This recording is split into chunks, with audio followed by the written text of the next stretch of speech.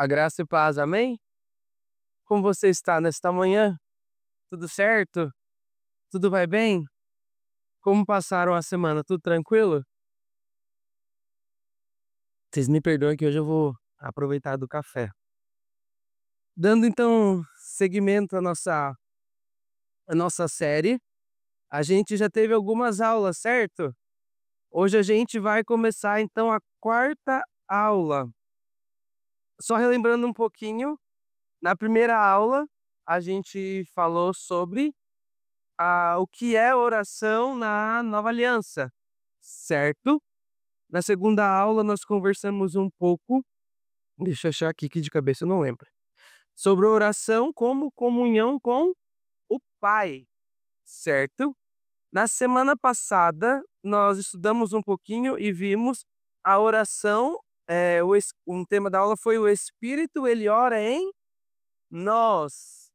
Alguém aí nesta manhã quer fazer algum comentário de como foi a semana, daquilo que a gente conversou um pouco, né? Minha mãe começou a aula semana passada, sobre o que a gente estudou semana passada, achou algo interessante, de diferente. Quem gostaria de fazer algum comentário, por gentileza? Um de cada vez, viu? Assim a gente não tumultua. Vamos lá. Hoje a gente vai trabalhar um tema muito interessante e eu gosto de temas que fazem a gente pensar um pouco. Quando a gente fala de oração, e a gente já discutiu um pouquinho sobre isso no início da nossa caminhada, a gente tem a ideia de oração muitas vezes como um fardo nas nossas vidas, não é? Quantas vezes na nossa caminhada de fé, hoje a gente vou exigir de vocês muita maturidade espiritual para aquilo que a gente vai conversar, beleza? A gente vai desconstruir algumas ideias. Porque que acontece? Quantas vezes na nossa caminhada de fé, nós não somos cobrados em relação à nossa oração? Quantas vezes? A gente é cobrado, não é? "Ah, você tem orado? Você tem buscado ao Senhor? Como que tá a sua vida de oração? Você tá vigiando para você não cair?" A gente já não ouviu isso muitas vezes? Muitas vezes isso não tá errado. Toda cobrança, quando bem feita, ela é bem-vinda. Toda cobrança, quando bem embasada, quando bem explicada, ela é bem-vinda. Principalmente de alguém quando a gente tem o quê? Uma referência. A gente precisa ser cobrado, certo? Faz-se necessário que nós sejamos cobrados para quê? Para a gente amadurecer. Porque senão a gente entra num negócio chamado zona de... E a zona de conforto, ela é o quê?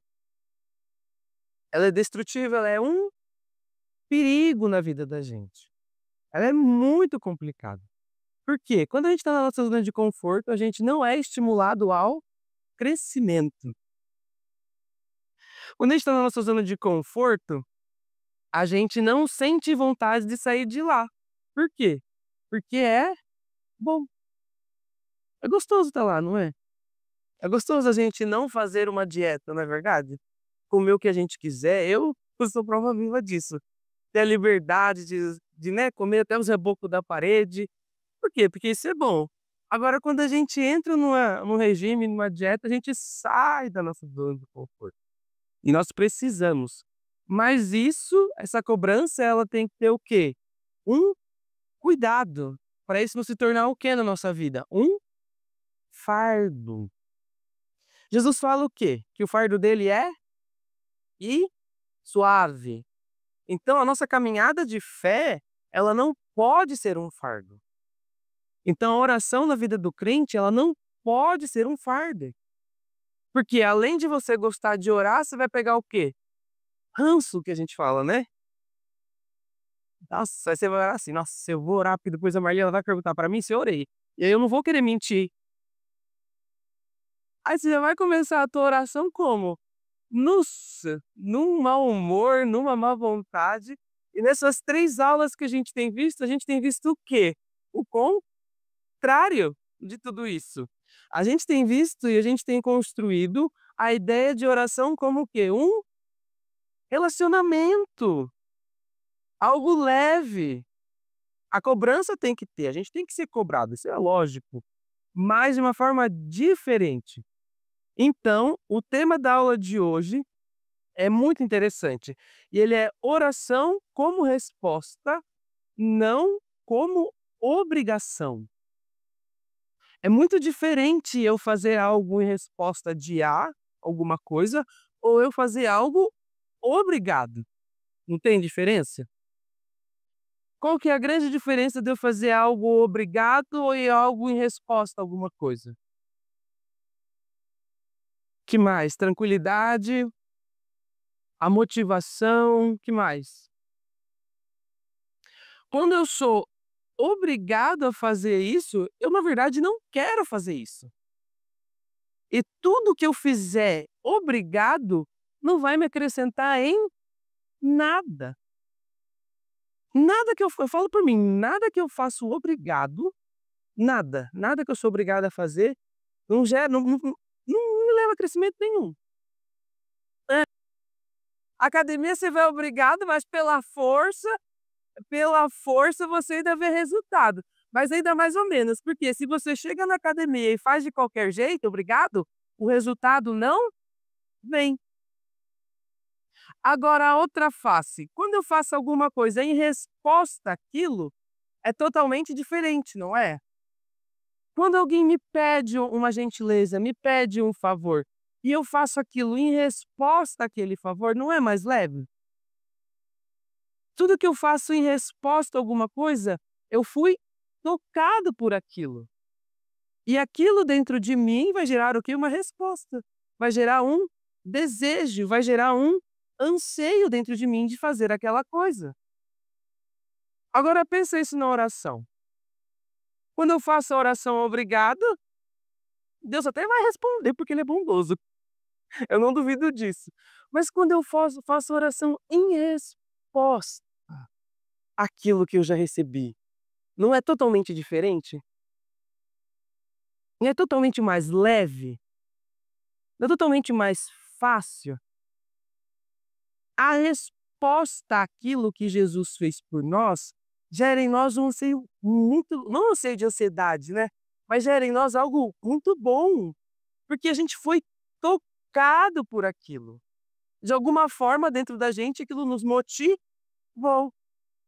Repara essa semana, tudo que você fizer obrigado, como vai ser, e tudo que você fizer em resposta ou com uma motivação.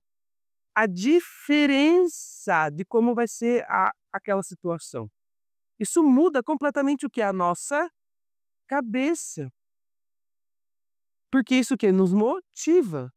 Então hoje nós vamos trabalhar isso, a oração como uma resposta e não como uma obrigação. Olha só, a oração para muitos então ela carrega o quê? Uma ideia de fardo espiritual, de peso, uma prática que deve ser feita para fazer o quê? Manter a nossa fé. Ah, se eu não orar, a minha fé vai pros quiabo. É verdade, vai mesmo. Mas aí você está orando com medo. Lembra que a gente já viu a forma que nós oramos demonstra a forma que nós vemos Deus? A gente viu 3 formas. Um Deus tipo juiz, pesaroso, então a gente ora com medo. Um pai, só que não vê Deus como um pai, entende que ele é pai. Você recebeu o amor dele, mas vê como um pai distante. Então você ora duvidando. E a gente viu uma terceira forma que era o quê? Ver Deus como um pai presente. Então você ora tendo certeza. Muitas vezes o quê? As pessoas oram, têm essa ideia de oração para manter a nossa fé. Se torna um exercício para o quê? Para provar a fidelidade. Muitas vezes se torna uma rotina imposta para mostrar o quê? Para Deus uma devoção. Ai Deus, eu estou aqui orando para o Senhor me ver, o Senhor não me esquecer. Como se Deus fosse me esquecer. Só que o que acontece? Vira barganha. Vira igual na época da escravidão, vira troca. Você faz alguma coisa para receber algo em troca. E a gente já tem visto que não é assim que as coisas funcionam. Esse pensamento, muitas vezes ele sendo bem intencionado em certos contextos, revela uma ideia que oramos para alcançar ou merecer algo de Deus. A gente usa a oração, igual eu falei, uma moeda de troca. Aí eu só vou orar a Deus quando eu quero algo. E não vai me gerar um crescimento. Porque aí o que que eu faço? Eu só vou orar quando eu precisar. Eu só vou acessar a caixinha de ferramenta espiritual a hora que eu precisar. Se eu precisar abrir um parafuso, a hora que eu tiver algum problema, daí eu vou, eu lembro, nossa, eu tenho uma ferramenta muito boa que chama oração. Vou usar. Aí eu uso, parei, resolvi meu problema, e aí eu esqueço. E assim a gente não cresce. Mas na nova aliança, isso revela o quê? Uma realidade totalmente diferente. A oração, ela não é vista mais como uma obrigação, mas ela é uma resposta. Oramos como forma de uma resposta a Deus. Como assim? Quanto mais nós compreendemos o que recebemos, mais livre e viva torna a nossa oração. Quanto mais nós compreendemos aquilo que nós recebemos, mais livre e viva torna a nossa oração. O que que você entende dessa frase? Bom dia. Vamos lá. Quanto mais nós compreendemos o que recebemos, mais livre e viva torna o que? A nossa oração. O que que a gente pode destrinchar um pouco daqui? Quem quer falar? Isso, que mais? A motivação ela é totalmente diferente. Que mais? Olha só que interessante. Em 1 João, vamos lá. 1 João, 1 João 4.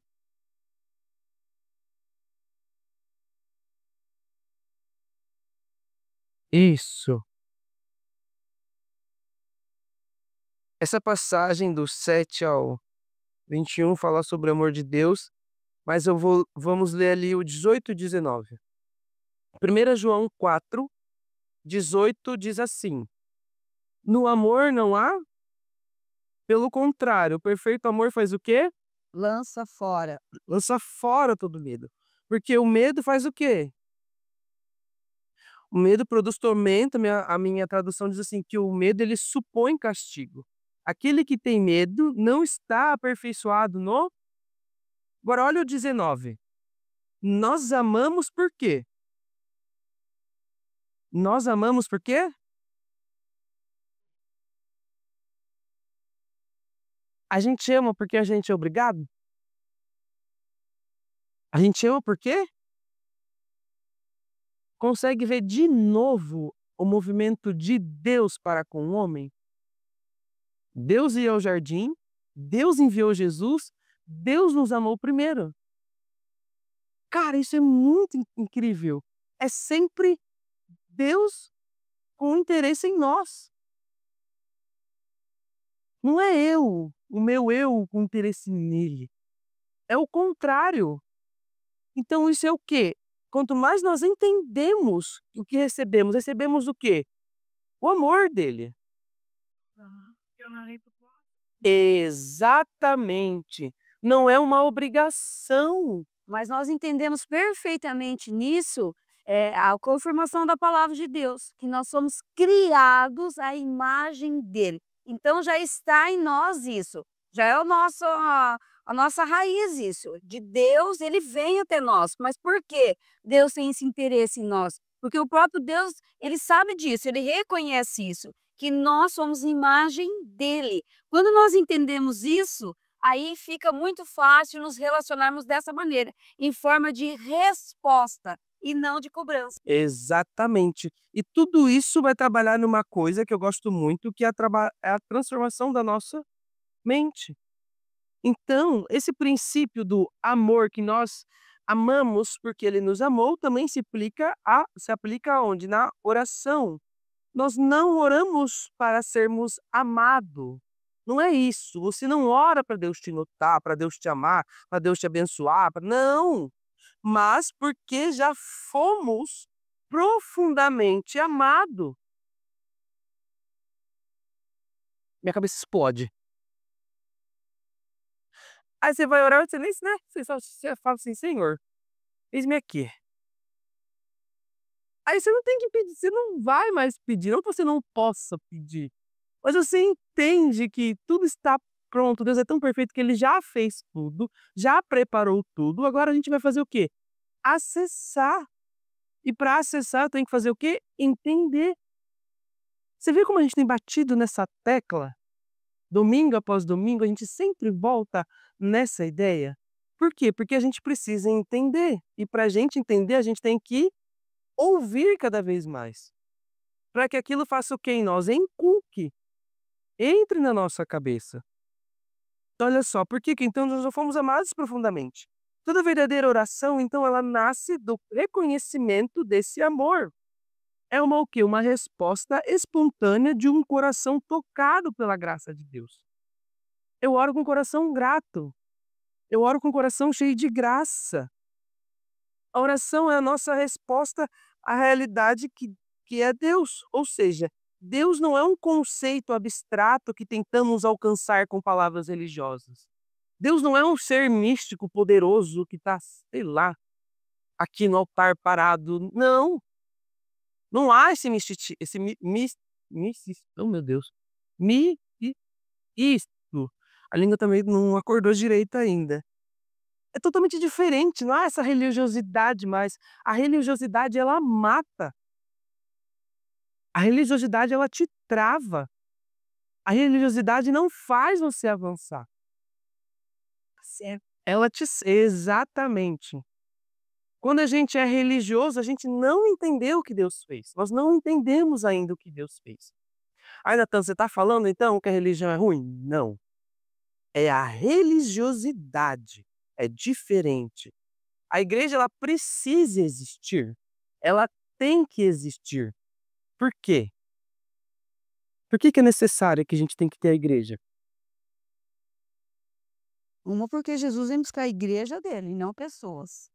Porque a igreja ela é o quê de Cristo? O corpo. Sem a igreja, o reino não avança. Sem a igreja, o ministério de reconciliação não acontece. Essa é a diferença. E Cristo vem buscar o quê? A igreja. Quem é aquelas pessoas que gostam de falar: eu sou desigrejado. Ai, meu Deus. Vai sofrer um pouco no final, misericórdia, né? Porque Cristo vai buscar quem? A igreja, a noiva perfeita. Ele vem nos buscar, vem buscar a igreja dele. Essa é a diferença do entendimento. Então, Deus, ele é o quê? Ele é um pai real, presente e amoroso, que fez o quê com a gente primeiro? Ele nos amou primeiro. E o mais interessante, ele nos amou e ele tem um interesse do diálogo. Ele está disponível para a gente conversar. Ele está ali. Justamente em resposta a ele. Olha só, Efésios, todo mundo ligado? Ixi, todo mundo ligado? Ah, estão acordando, graças a Deus. Vamos lá em Efésios. Lembra da musiquinha? Gálatas, Efésios, Filipenses. Olha só, para quem é mais antigo. Colossenses, Tessalonicenses. Ó, Efésios 2.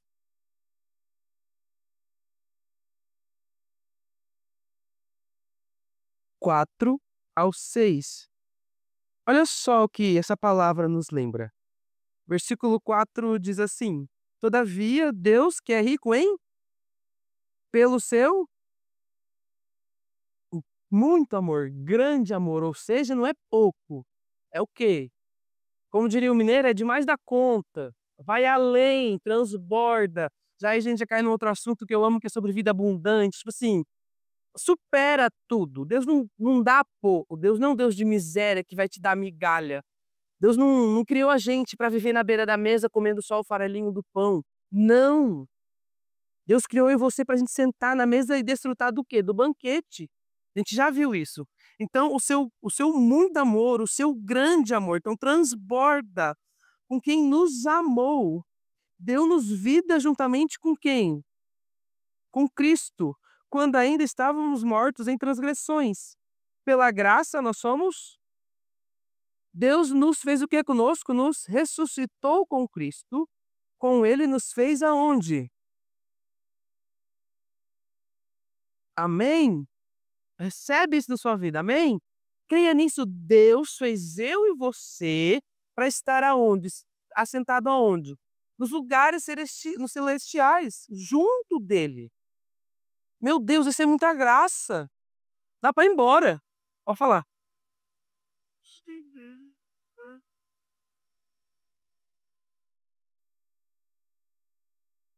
Eu sou rainha, né?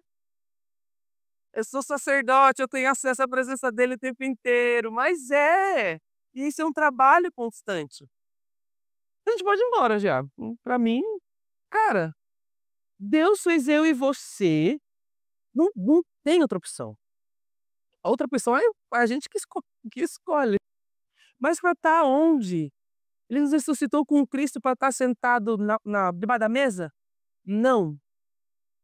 Não. Largar das traças? Não. Para ser um pobre coitado? Não. Deus te fez para ser um miserável? Não. Deus fez eu e você, por meio de Cristo Jesus, pela sua morte e ressurreição, lembra, por meio de Jesus Cristo, nós estamos assentados nas regiões celestiais. E nós o quê? Reinamos e avançamos. Tudo que a palavra diz a meu respeito, então, é verdade sobre mim. Onde eu coloco o meu pé, o que acontece? O que a palavra fala? Tudo que eu coloco o meu pé é meu, onde eu toco o meu pé o solo é santo, onde eu ponho a minha mão há o quê? A prosperidade, as coisas caminham, a palavra fala que nós somos o quê? Como árvores plantadas à beira do riacho e nós damos frutos. A Bíblia não fala que talvez você vai frutificar. Não é isso. Você dá fruto no tempo certo. Receba isso na sua vida nesse momento, porque, meu amado, é sobre você. E o mais incrível é que é sobre você para você passar para o próximo. O fruto da árvore não é para auto-benefício. O fruto da árvore é para benefício do próximo. Quem aproveita do fruto não é a árvore. O que Deus te dá não é para você aproveitar para seu auto-benefício. Jamais. É para você fazer o quê? Abençoar. Tudo que nós temos nas nossas mãos, tudo. O conhecimento, o trabalho, o que a gente faz. Deus não te dá para o teu auto-benefício porque você não depende disso. Você depende dele. Tudo que ele te dá, tudo que a árvore frutifica, ela vai abençoar o próximo. Sabe o que é engraçado? O fruto tem o que dentro?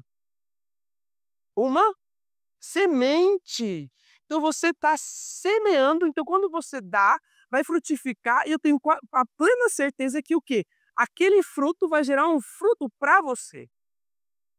Tudo que você plantar, você abençoar, meu amado, você vai receber de volta. Mas porque você merece? Não, porque isso é graça.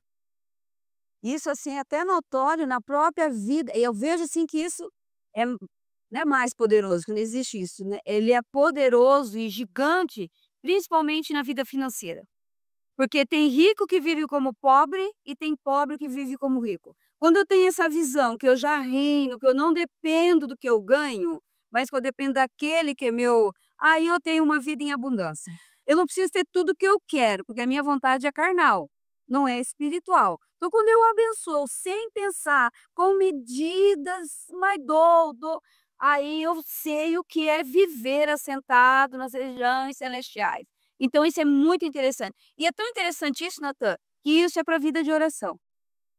Porque tem gente que tem tanto conhecimento, tanta sabedoria na vida de oração, mas é um zero no relacionamento ao orar. É sempre isso, que o Senhor, vou fazer isso porque o Senhor, é um peso. Agora, quando eu sei quem eu sou, quando eu sei aquele que me resgatou, pronto, a minha vida de oração é um relacionamento. Qualquer momento, ora comigo? Sim. Ora por mim? Agora. Você pode fazer uma oração? Opa! Por quê? Não sou mais eu quem vivo, mas ele vive em mim. Amém. Amém. Olha só, então repare, tudo isso que acontece antes de qualquer iniciativa nossa. A oração, então, ela é o quê? Uma resposta ao fato de que já estamos assentados com Cristo. A oração, portanto, é uma resposta ao fato de estarmos assentados com Cristo. Não oramos para subir até Deus, não oramos para ter mais um acesso, não é essa mais a ideia. Não precisamos mais disso. Nós oramos a partir da realidade de que estamos em Cristo. Por isso eu oro, por isso que nós oramos. Porque lembra que a gente falou no começo da aula, quanto mais eu entendo o que eu recebi, o que acontece? Mais livre e viva é a minha oração. Isso é totalmente o avesso, o contrário do que muitas vezes é passado para nós. Olha só, John Wesley, em uma das suas pregações sobre graça preveniente, se você não sabe, mas a igreja a qual você está foi fundada por John Wesley, e um dos temas que ele mais gosta de trabalhar é sobre graça preveniente.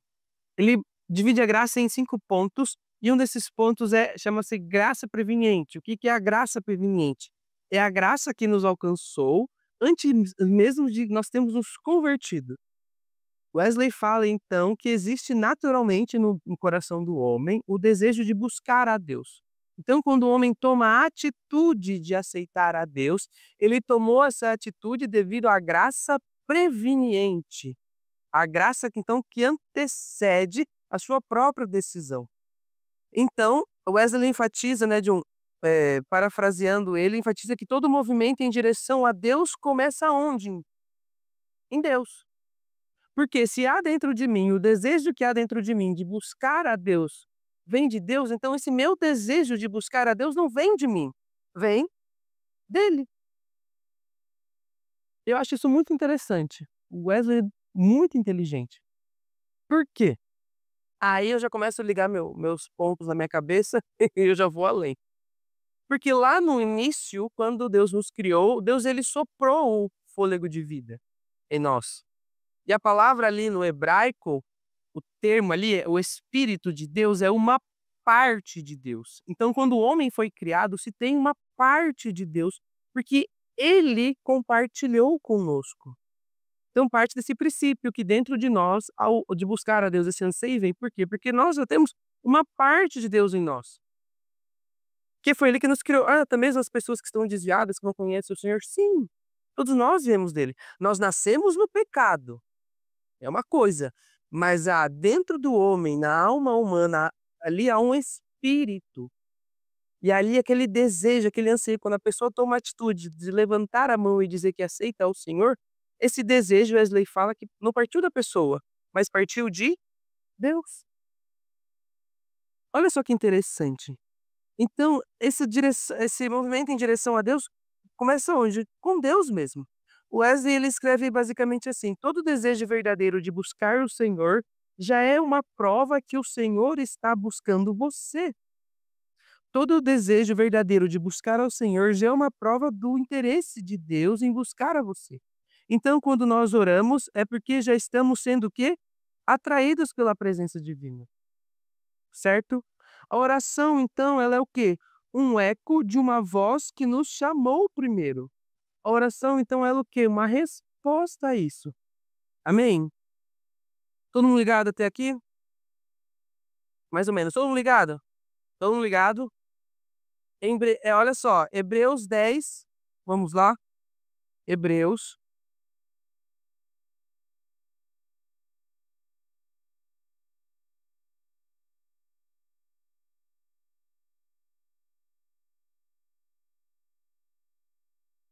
Do 19 ao 22. Quem aí consegue ler com uma voz bem alta, bem bonita? Hebreus 10, 19 ao 22. Alguém aí se habilita? Pode. Foi. Pode ler, pode ler. Tendo, pois, irmãos, intrepidez para entrar no Santo dos Santos, pelo sangue de Jesus, pelo novo e vivo caminho que ele nos consagrou, pelo véu, isto é, pela sua carne, e tendo grande sacerdote sobre a casa de Deus, aproximemo-nos com sincero coração, em plena certeza de fé, tendo o coração purificado de má consciência e lavado o corpo com água pura. Vamos destrinchar. Olha isso daqui.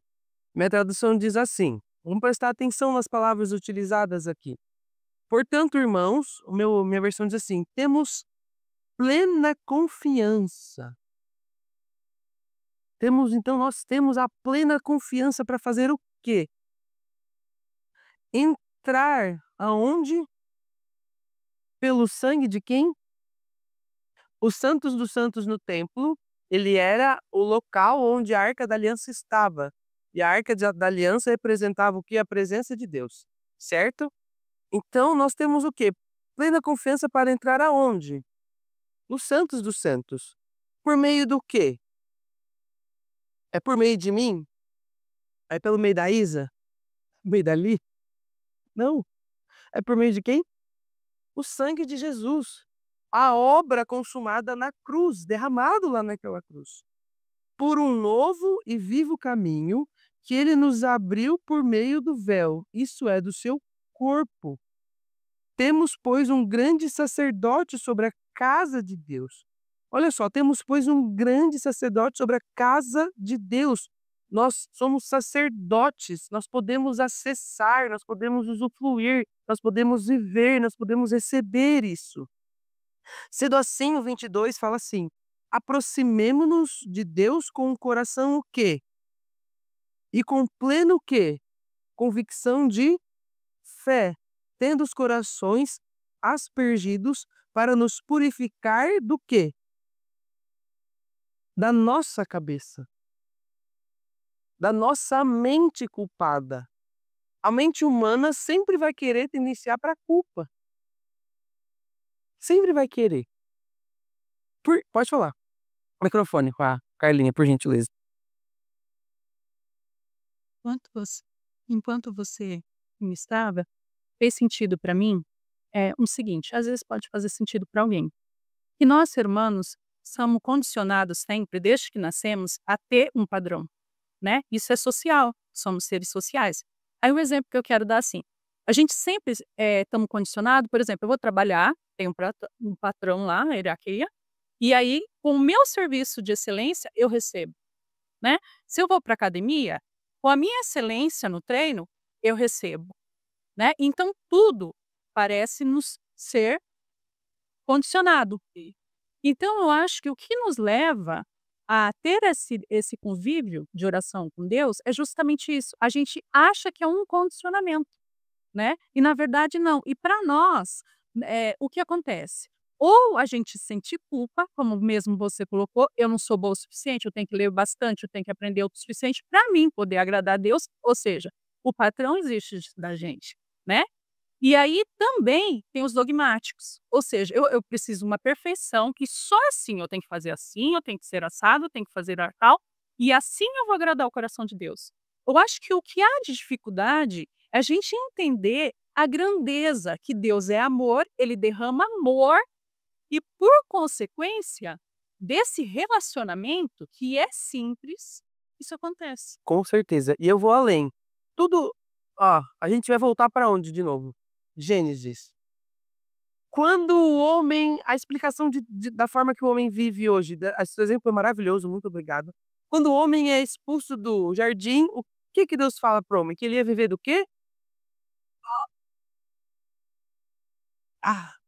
Do esforço do seu trabalho, do seu braço.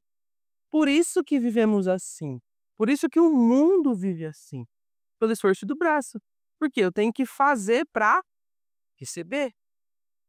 Mas Cristo já fez. Mas eu vou mais longe ainda. Por isso, quando nós vemos alguém sofrendo, a pessoa fala, não vou nem falar que vai me julgar. Ela não consegue entender que é porque ela está vivendo pelo esforço dela própria. Por isso que ela não prospera, por isso que ela não avança, por isso que ela não tem acesso ao coração do Pai. Porque ela determinou de qual forma ela vai viver. Porque quando a Carla falou, primeira imagem também. O que acontece lá no Éden? Eu fui criada à imagem de quem? Deus. Então eu sei quem eu sou. Então não é por mim mesmo, é Ele que habita em mim. Então a partir do momento que eu corto esse elo, eu estou vivendo por mim mesma. Aí eu tenho que fazer as coisas pelo esforço do quê? do meu braço. Eu tenho que estudar, estudar, estudar para ganhar dinheiro, eu tenho que guardar, guardar para ter.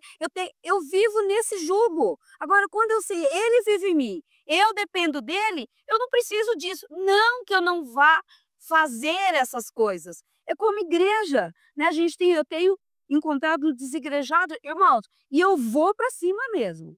Eu não tenho medo e bato boca e quero ver o cara ser bom para me enfrentar nisso.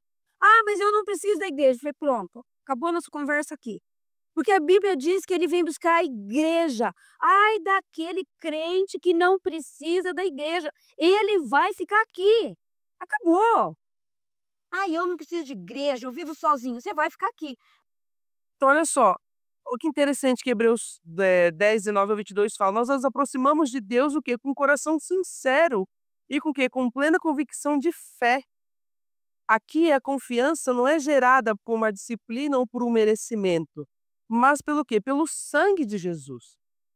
Nós confiamos não é porque a gente quer merecer algo, não, porque é por meio do sangue de Jesus. Exatamente. É a partir desse acesso concedido que o quê? Respondemos com oração, louvor, adoração. Quando que enxergamos, olha só que interessante, quando nós enxergamos a cruz como ponto de partida e não como ponto de chegada, a oração deixa de ser uma tentativa de se qualificar diante de Deus. Quando nós entendemos que a cruz, ela é o nosso ponto de partida, nós saímos da obra perfeita feita na cruz e não o nosso ponto de chegada. Nós entendemos que o quê? A oração deixa de ser uma tentativa de ser aceito, de se qualificar diante de Deus. E faz o quê? Se torna um desfrutar da comunhão que já foi conquistada. Então eu não oro para me achegar à cruz, não. Eu oro saindo dali, porque foi ali que Jesus derramou o seu sangue. Mediante ao seu sangue, nós temos o que é a comunhão. Então, a cruz na vida do crente, ela não é o fim. E nunca vai ser o fim. Ela é o nosso começo. Eu sei que meu pai e minha mãe, eles não gostam muito do crucifixo aqui pendurado. Já me falaram isso. Eles não gostam. Mas eu acho isso muito interessante. O crucifixo, a cruz aqui. Eu acho muito lindo quem usa a cruz aqui pendurada. Geralmente é em ouro, né, essas coisas, né? Ou isso, desde que esteja vazia, né? Isso muito claro. Por quê? Porque quando eu olho para a cruz, e eu tenho a cruz aqui em mim, todo dia eu posso olhar e saber que eu saí dali, e dali eu avanço. Toda vez eu tenho a certeza que a cruz vazia, que meu Cristo está morto, que ele ressuscitou e que ele me deu acesso a todas as coisas. Aí vai vir todo mundo domingo com um monte de cruz pendurado. Eu acho é bom. A Dona Mari pulando nessa altura aqui, ó. Tem uma época que eu queria usar um crucifixo. Eu acho muito lindo. Falei, eu vou comprar um crucifixo pra mim, né? Uma crucifixo, uma cruz, né? Minha mãe, pelo amor de Deus. E eu oro, meu Deus, tinha essa vontade que eu troco esse menino. Mas, meu amado, né? Se você quiser comprar, fica na liberdade, com esse entendimento. Mas essa ideia de a cruz ser o nosso ponto de partida e não o nosso ponto de chegada. Isso muda tudo.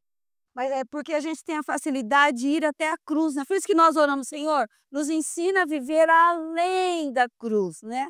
Não? Que Jesus foi até a cruz já. Agora qual que é o nosso papel? Ir após a cruz. Aí o negócio pega.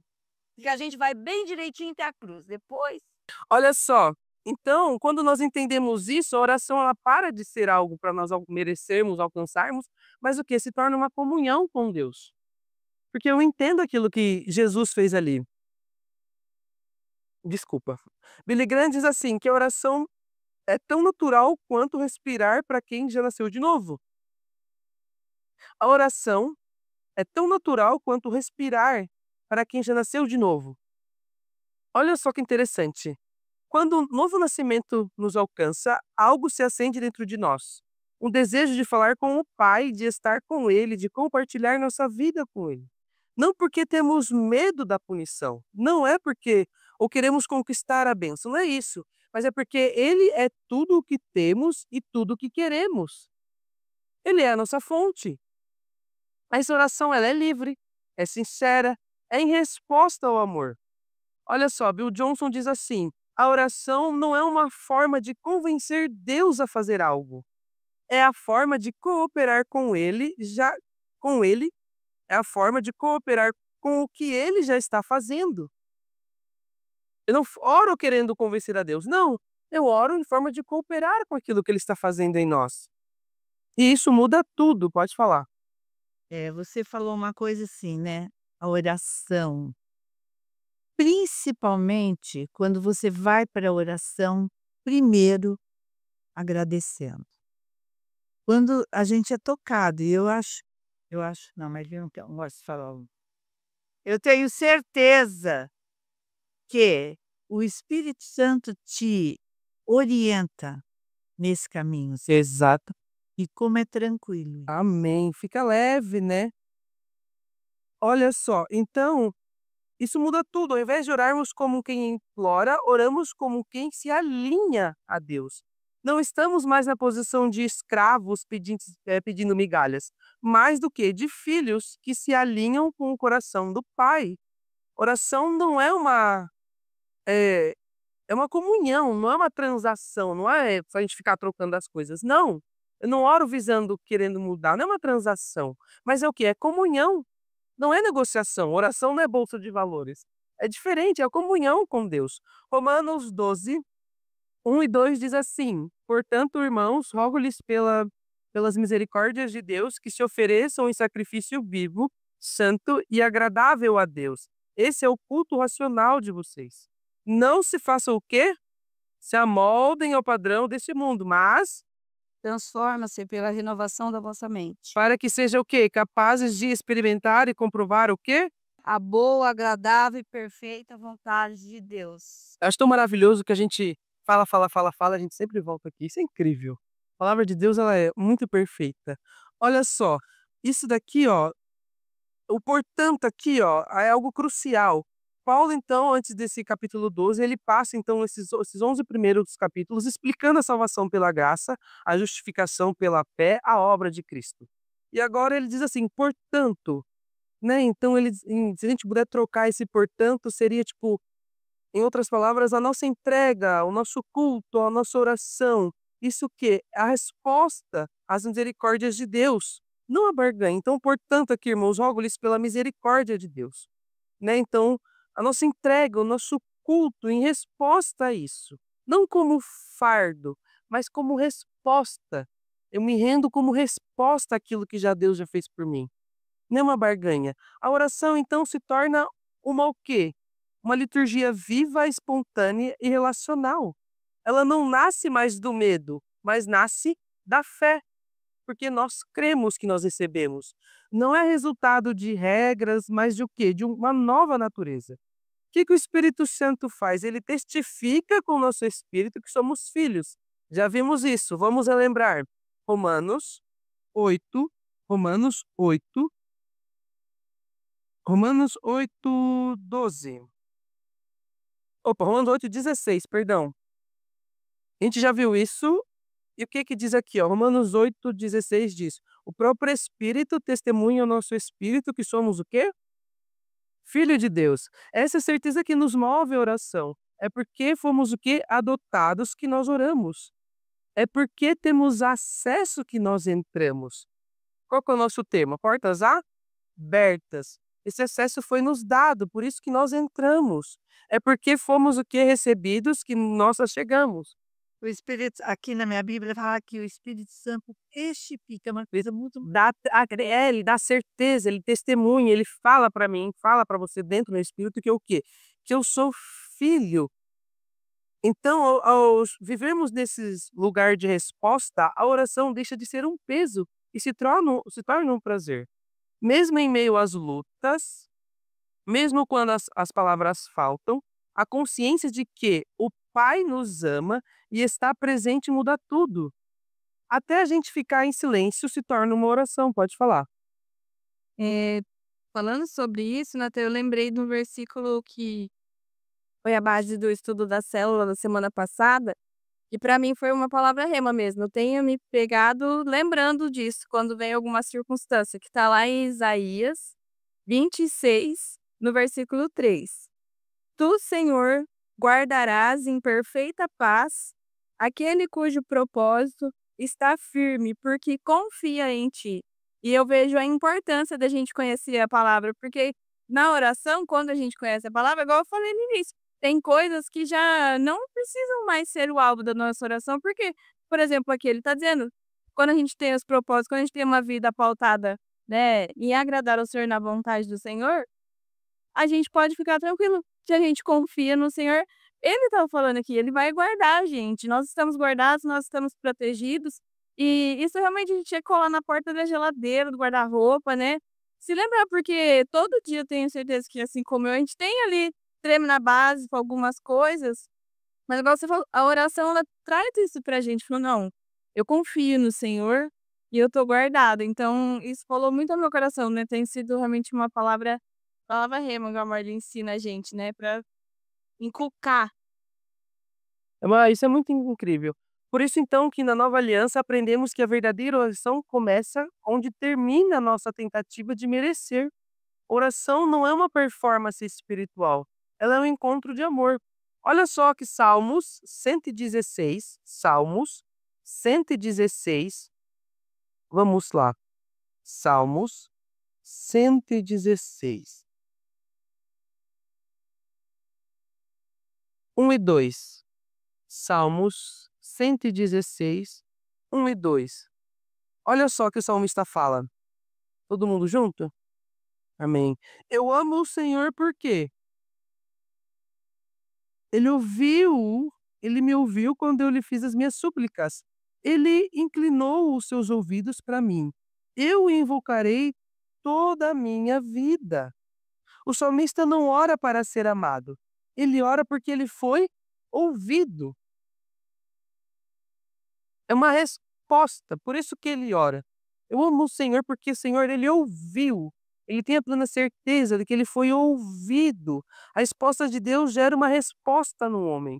Esse salmo expressa bem a lógica da graça. É o favor recebido que desperta o amor, devoção e oração. O coração que reconhece que foi escutado encontra prazer em orar.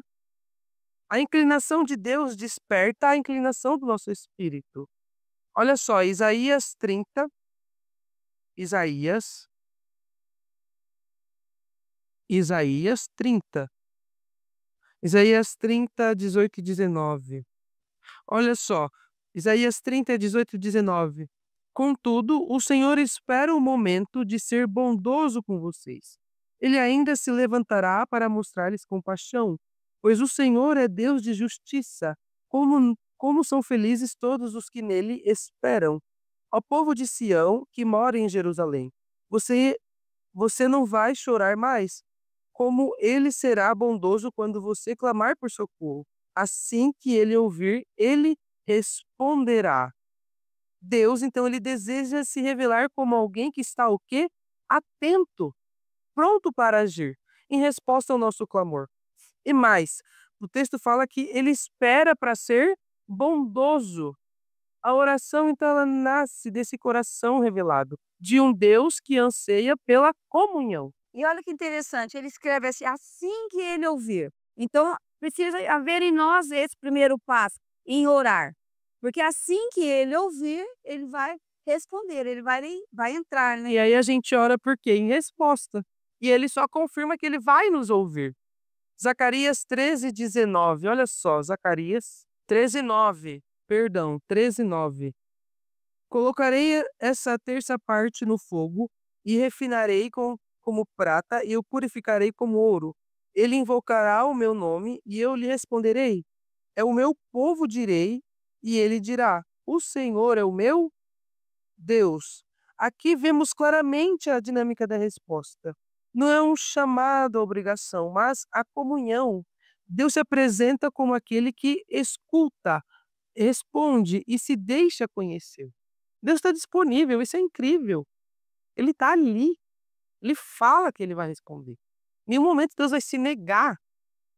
O povo responde com identidade e pertencimento. Esta oração é o quê? Verdadeira. Não apenas súplica, mas reconhecimento mútuo, um relacionamento que se confirma na conversa. Lamentações 3:57. Lamentações 3:57. Lamentações 3:57. 3:57. Olha só o que Jeremias fala.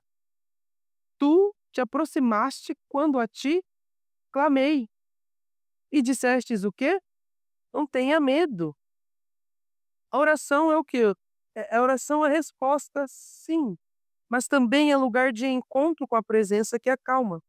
Não há terror religioso aqui, mas o quê? O consolo. Deus responde ao clamor com proximidade, e a proximidade dissipa o medo. Deus responde o nosso clamor com a proximidade dele. Isso lança fora todo medo. O perfeito amor faz o quê que a gente viu? Lança fora todo medo. Assim a oração deixa de ser o quê? Um campo de julgamento e se torna um espaço de descanso. Aí eu não oro mais com peso, eu oro descansando. O tema descanso é uma coisa muito bacana, a gente pode trabalhar um dia mais pra frente, é muito legal. Esse texto aqui, 2 Crônicas 7. 2 Crônicas 7. Aí vocês vão embora com a cabeça pegando fogo e vai ser bom. 2 Crônicas 7, 14. As daqui a gente conhece, né? Se o meu povo que se chama pelo meu fizer o quê? E orar e buscar a minha face e se afastar dos seus maus caminhos, eu ouvirei dos céus e perdoarei seus pecados e curarei a sua terra. Meu Deus. A primeira vez que a gente ouve esse texto, a gente muitas vezes ouve ele como forma de o quê? Dá uma ideia do quê? Exortação. Não é? Se humilha, se rende, que aí eu vou fazer. Mas quando a gente entende o contexto, é diferente. O Salomão, no Crônicas 6, ele faz uma oração extensa na purificação do templo. E isso daqui é uma resposta de Deus à oração de Salomão. Olha só, Salomão ele havia pedido que o Senhor estivesse atento às súplicas feitas naquele lugar. E Deus respondeu garantindo que, quando o povo se voltasse a ele, encontraria ouvidos abertos, perdão e cura. Portanto, esse versículo ele não nasce de uma ameaça ou uma condição pesada, mas como uma resposta de Deus ao pedido de um rei. A promessa de que ele está pronto para ouvir seu povo sempre que estiver se voltado para ele. Muitos de nós, já ouvimos esse versículo sendo usado como uma forma de exortação moralista. Se o meu povo, então Deus fará.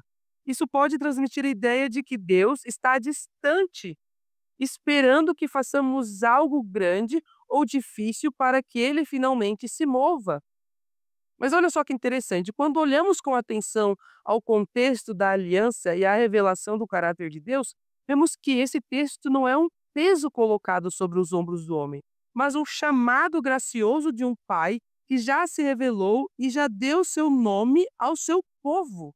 Olha isso, o versículo começa dizendo: se o meu povo que se chama pelo meu nome. Deus reconhece o povo dele sendo chamado pelo nome dele.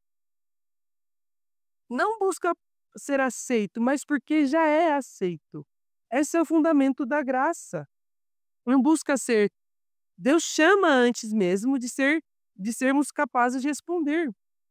É o que Jesus afirma em João 15,16. Você não escolhe, mas eu os escolhi.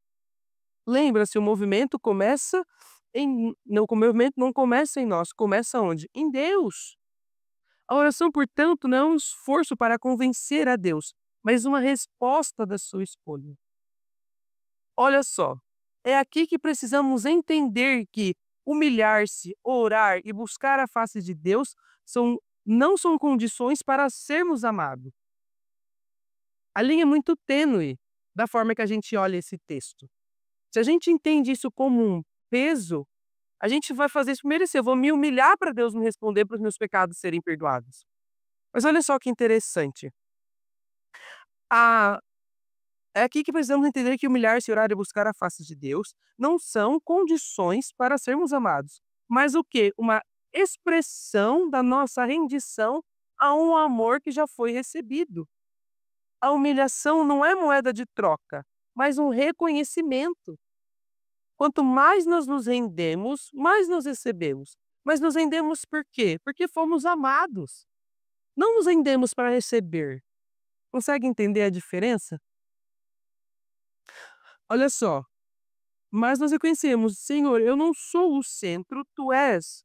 O próprio ato de voltar a Deus já é fruto da graça preveniente que a gente já falou. É Ele quem desperta em mim esse desejo. Isaías expressa isso de maneira muito linda. Isaías 55, 6-7 diz assim: busque o Senhor enquanto se pode achá-lo. Clamem por ele enquanto está perto. Ou seja, o chamado não é para encontrar um Deus distante, mas para responder a um Deus que já se aproximou. Busque o Senhor enquanto se pode achá-lo. Clamem por ele quando ele está perto. Então Deus já está perto de nós. Tiago também confirma isso. Diz assim: aproxime-se de Deus e ele se aproximará de vocês. Esse versículo não está dizendo que Deus está longe, frio e indiferente, mas que ele sempre se mostra a quem volta o coração para ele. Olha que interessante quando a gente olha com essa ótica. Pode falar. Eu tô juntando essa Terezinha, Marlita. Enquanto você falava também, eu lembrei de algo que, né, a gente tem trabalhado lá em casa e que eu comentei coisa que eu bato firme na tecla também, é algo que às vezes não faz com que a gente consiga entender essa graça, essa coisa gigante da oração, muitas vezes é o espírito de escassez, né? A gente ainda tem, como você disse, né, aquela questão de Adão, de viver pelo seu esforço, pelo seu trabalho, e aí a gente não consegue compreender essa graça de onde está tudo pronto, tudo é acessível. E aí na oração a gente também vive esse bloqueio, né? Então a gente tem que realmente se policiar, né? Eu fico lá e eu falo, começo por mim mesmo. Aí às vezes eu faço, putz, mas não vai dar, não sei o que. Eu falo, não, calma, calma, vamos manter, né, o foco que Deus prometeu, ele vai fazer. Então, realmente, às vezes a gente precisa, porque a gente pensa na incredulidade, pensa, né, no medo, mas eu tenho percebido como, né, o espírito de escassez, ele pode ser sorrateiro nas nossas vidas, e a gente tem que realmente crer sim na vida E mandar embora, né? não é só a gente pensa no material, no financeiro, mas não é, pelo contrário, é em todas as áreas das nossas vidas, né. Em todas as áreas. Olha só, a iniciativa o que é dele, mas a experiência dessa proximidade se dá quando respondemos ao seu convite. Quando há uma resposta nossa, não oração como obrigação, mas como uma resposta. Agora, é claro que existe o que surge algo interessante. Se tudo é graça, não corro o risco de cair na libertinagem? Se tudo é graça, eu não corro o risco de cair na libertinagem? Não, eu sou contra isso. Quando a pessoa Mas por que eu trouxe isso? Porque é um questionamento que vocês vão ouvir. Igual a gente tá falando, é acessível, é permissível, mas se tudo é graça, então eu posso fazer tudo? Olha só, vivendo como se não houvesse necessidade de mudança, porque você fala, então eu não preciso me humilhar, me entregar para Deus me perdoar? Não é isso. é bem o contrário. Houve uma rendição. É, olha só, Paulo ele responde isso em Romanos 6, do 1, Romanos 6, a gente tá quase terminando, tá, gente? Tudo certo. Romanos 6, 1 e 2. Olha só, Romanos 6, 1 e 2 diz assim: que diremos então? Continuaremos pecando para que a graça aumente? De maneira nenhuma. Nós, os que morremos para o pecado, como podemos continuar vivendo neles? Como podemos continuar vivendo neles? A verdade graça nunca gera estagnação. A verdadeira graça, ela não gera para a gente ficar parado. Porque gera essa libertinagem, eu não vou querer avançar, vou fazer qualquer coisa, eu não vou querer mudar. Muito pelo contrário. A verdadeira graça, ela gera transformação. A graça não é desculpa para viver como eu quiser, mas poder para viver como nunca poderia viver sozinho. A graça nos capacita, então, dá-nos o poder para viver como nós não podemos viver, como nós nunca poderíamos viver sozinho. Por isso precisamos, então, entender bem a graça como base. Já somos aceitos, já carregamos o nome de Deus, já temos acesso. E a rendição como resposta. Justamente porque fomos aceitos, escolhemos nos humilhar, abrir mão do nosso eu e buscar ao Senhor. O chamado, então, de 2 Crônicas 7:14, ele é gracioso, ele não é um jugo. Por quê? Porque Deus já se apresenta como aquele que vai ouvir e perdoar e curar. Mas ele vai fazer o quê? Transformar, porque a verdadeira resposta à graça envolve mudança de vida. E não libertinagem. E não estagnação. Mas o quê? A gente faz, nós nos rendemos então porque nós entendemos, transformamos a nossa mente, que nós somos transformados, por isso eu me rendo, por isso eu me humilho. Não, eu não faço me humilhando para ter medo, para receber. Não, totalmente contrário. Um exemplo muito interessante do quê? Quem já estudou, que é a parábola do filho pródigo. O filho ele volta para casa e é recebido pelo pai antes de qualquer justificativa. O anel, a sandália, a festa vem antes do discurso de arrependimento. Mas, justamente por ter sido amado, ele não volta para a lama. O amor recebido gera rendição. Meu Deus! O mesmo acontece aqui. Deus já chamou o povo pelo seu nome. E é justamente por isso que eles podem se humilhar, orar e buscar a sua face. Porque Deus já nos chamou, Deus já nos reconheceu. Não para conquistar algo, mas porque foram conquistados por um amor criador. Assim, então, quando nós explicamos 2 Crônicas 7:14, precisamos mostrar que não é uma exortação moralista que pressiona, nem um convite frouxo que gera a permissividade. Não é isso, é um chamado amoroso que parte de graça e conduz à rendição. Somos aceitos pela graça e por isso respondemos em entrega. Somos amados e por isso escolhemos abrir mão do pecado. Somos chamados pelo seu nome e por isso buscamos a sua face. Esse equilíbrio, então, ele protege os dois extremos.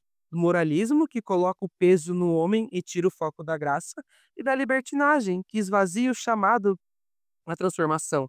O evangelho, ele une os dois. Fui aceito pela graça, logo me rendo em amor. Oi. Não. Mas é uma resposta à oração, né? Por isso que eu queria trazer esse texto, para mostrar uma nova visão para vocês. Porque a gente sempre vê com essa ideia de exortação.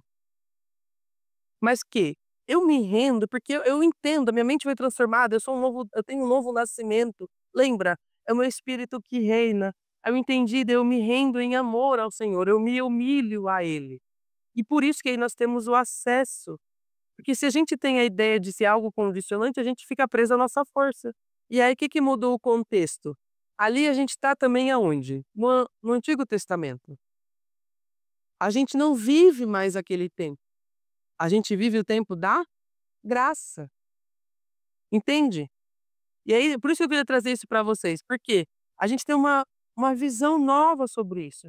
Me render e me humilhar reconhecendo o amor que Ele já me deu.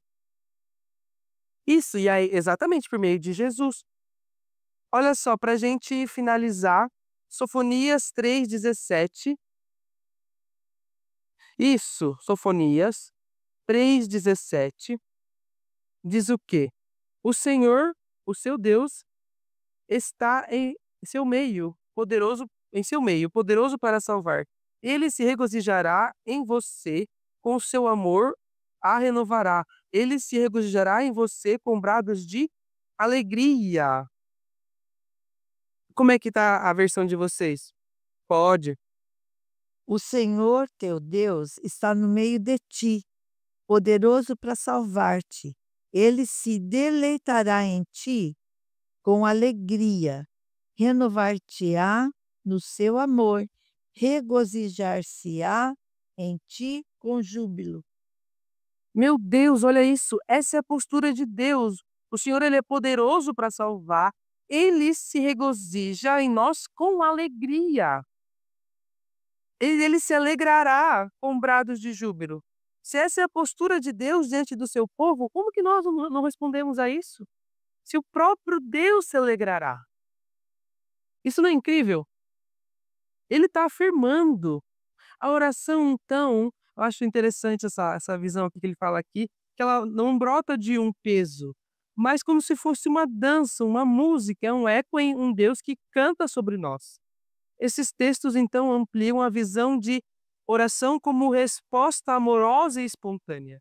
Quanto mais enxergamos o caráter de Deus revelado nas Escrituras, amoroso, próximo, atento, pronto a perdoar, mais somos levados à oração, não por dever, mas por prazer. O problema da oração árida, muitas vezes, não está na nossa fraqueza, mas numa imagem distorcida que nós temos de Deus. Quanto a imagem do Pai é curada pela palavra, o coração responde naturalmente. Oração, então, é resposta de filhos a um Pai presente. Amém? Bom demais saber que a gente pode orar não mais com obrigação, mas como uma resposta a tudo aquilo que nós recebemos. Amém? Se coloque de pé, por gentileza. Feche seus olhos. Pai amado, hoje nós entendemos que orar não é um peso, nem uma exigência fria, mas uma resposta viva ao teu amor. Tu nos amaste primeiro, nos chamaste pelo teu nome e nos colocaste em Cristo Jesus. Já não precisamos nos esforçar para receber a tua atenção. O teu ouvido já está inclinado. Obrigado por ser um Deus que responde, que se aproxima, que o peso da religião e o renovo em nós traz o prazer da comunhão. Ele cura em nós toda visão distorcida, toda visão distorcida e errada de uma falta de um Deus presente. Ele cura toda religiosidade. Nós agradecemos a isso. Espírito Santo de Deus, aviva em nós a nossa resposta. Que a nossa oração sejam simples, sinceras e constantes, como quem vive dentro do abraço de um pai. Nós te agradecemos, Jesus, porque nós oramos, Pai, em resposta ao teu amor, Jesus. Nós te agradecemos, Senhor Jesus, por esse livre acesso, Pai, como a gente viu nesta manhã. Muito, muito, muito obrigado, porque os seus ouvidos estão inclinados a nós. E nessa manhã nós aprendemos que nós podemos acessar, que nós falamos e o Senhor está pronto a nos ouvir. E o Senhor nos cura, o Senhor nos perdoa, Pai. E por isso que nós nos humilhamos e por isso que nós nos rendemos a Ti. Por causa do seu amor que é grandioso, Pai. Muito, muito obrigado, Pai, por esse livre acesso por meio de Jesus. Muito obrigado porque nós sabemos e nós aprendemos, Pai, que a cruz, Deus, não é o nosso ponto de chegada, mas é o nosso ponto de partida. E assim nós crescemos, nós avançamos, nós declaramos a tua palavra, Pai. Eu declaro aqui nesta manhã, Pai, que essa palavra ela já encontrou solo fértil, que ela já frutificou e assim nós avançamos, Pai. Eu declaro aqui nesta manhã, Pai, que todo espírito de escassez, todo espírito de dúvida, toda incredulidade, todo medo, toda insegurança vai ser retirado agora em nome de Jesus. Nós declaramos o teu sangue que já foi derramado sobre nós. Nós declaramos o teu nome que é poderoso sobre as nossas vidas, Pai. Eu declaro aqui nesta manhã, Pai, que aqui sim existem árvores plantadas à beira do ribeiro e que elas frutificam sim, Senhor Jesus, a 30, a 60 e a 100 por um, Pai, porque a vida que o Senhor nos dá é uma vida em abundância. E assim eu oro, Deus, e te agradeço, Pai. Toda a honra, Deus, toda a glória seja dada a Ti para todos sempre. Amém. Aleluia. Aplauda ao Senhor.